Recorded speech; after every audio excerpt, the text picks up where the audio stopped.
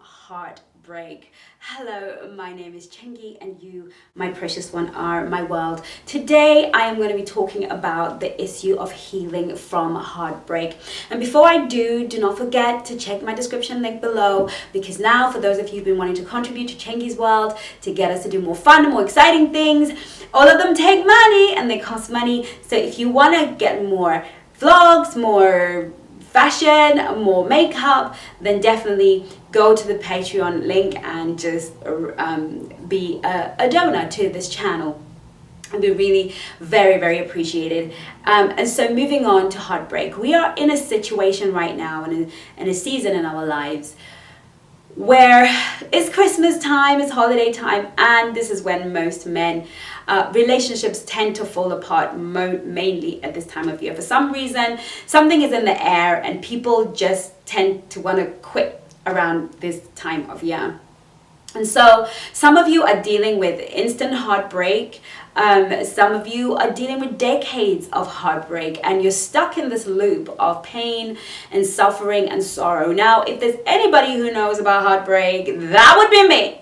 Okay, now I know that horrible dead feeling inside, those bits that hurt that you didn't even know existed internally, and sometimes you just want a pain to be, you want to hurt yourself externally so you can actually feel pain you understand, and this horrible sinking dying feeling of grief over a relationship, even when the relationship was terrible, even if it was horrible, and even if you're the one who ended it, there's still a lot of pain that goes into a breakup, especially if there was a soul tie and that was developed within that relationship.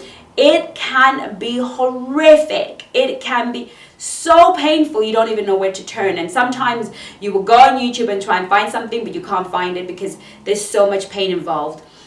And it is that pain, it is that sorrow, it is that pain that then causes us to act in ways that we shouldn't, and to do things that we wouldn't ordinarily do, and to behave and come across low value, and to sabotage our future, either with this person, maybe, or with somebody new. And so I wanted to do this video as a form of comfort and to give you 7 steps of how you can overcome heartbreak.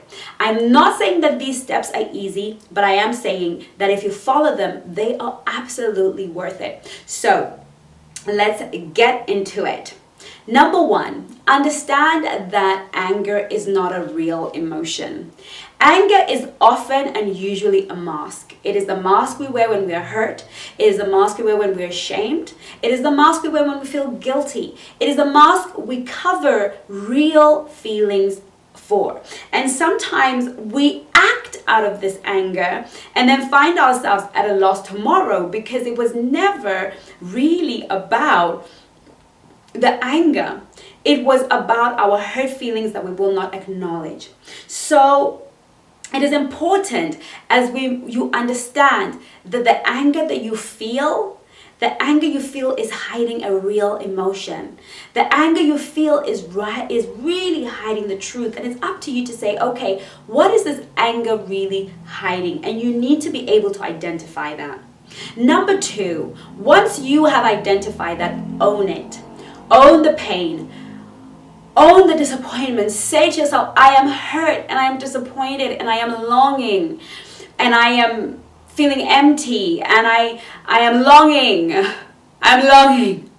I'm ashamed that I'm longing for the person who was so terrible to me. These are the real feelings and I own them, I acknowledge them. Because you see, even an alcoholic the first step of recovery is to be able to acknowledge that you have a problem. And once you get over that and you own the feelings, you are already 2 steps ahead, because now we know what to heal. Now we know what to heal. If it is shame, shame is about about what other people perceive, other social things that you have violated in your head, and guilt is about violating yourself. So what is it about that you violated yourself? What is it that you violated in other people? And does it really matter? If you were hurt, where is the wound? How deeply hurt are you? Where did the hurt come from? What does it feel like? Owning your pain is step number 2. And being able to get a notebook and writing it down is step number 2. Step number 3 is own your part in the breakup. This is something that nobody wants to hear, because being a victim helps us stay in the pain of the breakup. Being a victim helps us rejoice in the sorrow of the breakup. But really and in truth, the breakup happens when 2 people misstep. One person may be 90% responsible for what happened, but you have your little 3% that you need to own up to. Now, what does that look like? Is it time to bash yourself over the head and say, well, I guess I slept with when I shouldn't have, or I did this or the other? But it goes a little bit deeper than that. It's about, how did you allow it to happen? How did you get to this point? What signals and messages, what red lights did you run from day one? Because for a breakup to end, there are red flags in the beginning. Can you identify them? Did you permit them to go any further? Did you ignore them? Why did you ignore them? What was on the inside of you that made you ignore the red flags? How were you needy? How were you desperate? What brought you to that place of desperation? Did you encourage certain things by your behavior? Allow it. When did the relationship really end? It may have officially ended yesterday, 10 years ago, but when did it really end? It usually ends way before it ended. And why didn't you do anything about it? Was there anything that you could have done to prevent this? Okay, or preventing things from getting bad? What part of it do you own? This is so important, because once you are able to nail down your part in the breakup, once you are able to say, you know what, I know why this happened and I had something to do with it, you then become empowered. You then start to feel powerful, because now you're not a victim. Now you're a participant in a breakdown of a situation. It gives you the power to decide whether or not you want to go and fight for this relationship, if it is within the bounds of being fought for. It then gives you the information to know what not to do in your next relationship, and to realize that you're not the victim, that you made mistakes. And yes, he tried to victimize you. Yes, he beat you. Yes, he manipulated you. Yes, he did all of these things. But you're no longer his victim. You know that you need to work on certain areas of your life and certain things that need to be done, so you're more empowered. The step number 4 is to forgive him. Forgive. Forgiveness, as you've heard me say over and over again, if you go to church, you've heard it said. You've heard it said everywhere. Forgiveness is all in the air. Forgiveness is a selfish act. Forgiveness is not about him. It's about you. And this is how you practically forgive, because I never forgive yeah, but when I put my head down on the pillow, I just go through all of the pain. I go through everything he did, and I go through what he's doing right now. And so how am I supposed to forgive him? And I will give you a biblical principle, a spiritual principle to do. Jesus says, bless those who curse you and pray for those who despitefully use you. If you truly want to forgive, then you have to actually bless that person. Now, this I said was not going to be easy, but I said it would be worth it.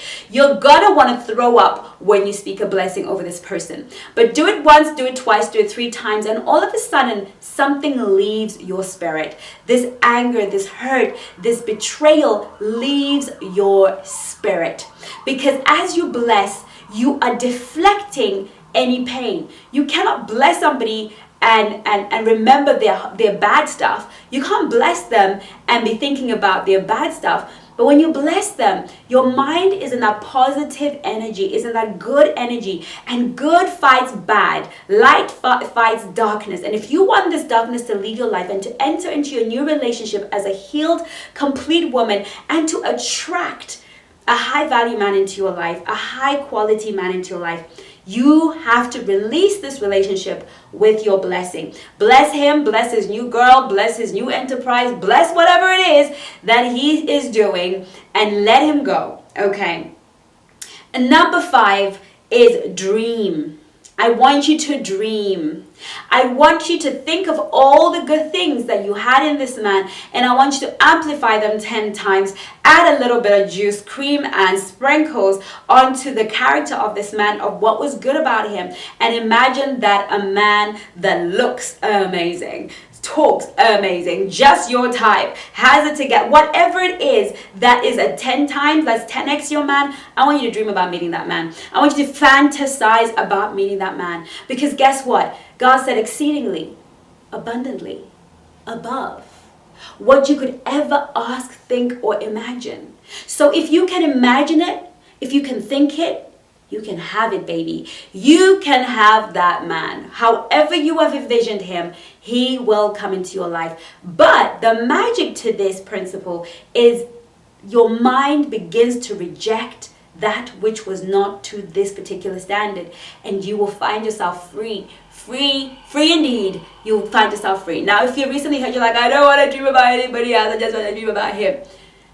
Well, if you don't do these steps, you are continually going to be miserable, and you're not going to have a great Christmas, and then you're going to become a baggage, bitter woman that won't be able to attract a man that you truly deserve, or even attract the man you've just lost back into your life. Okay? Number 6, don't stalk him. Don't keep anything of his around. Put everything in a box.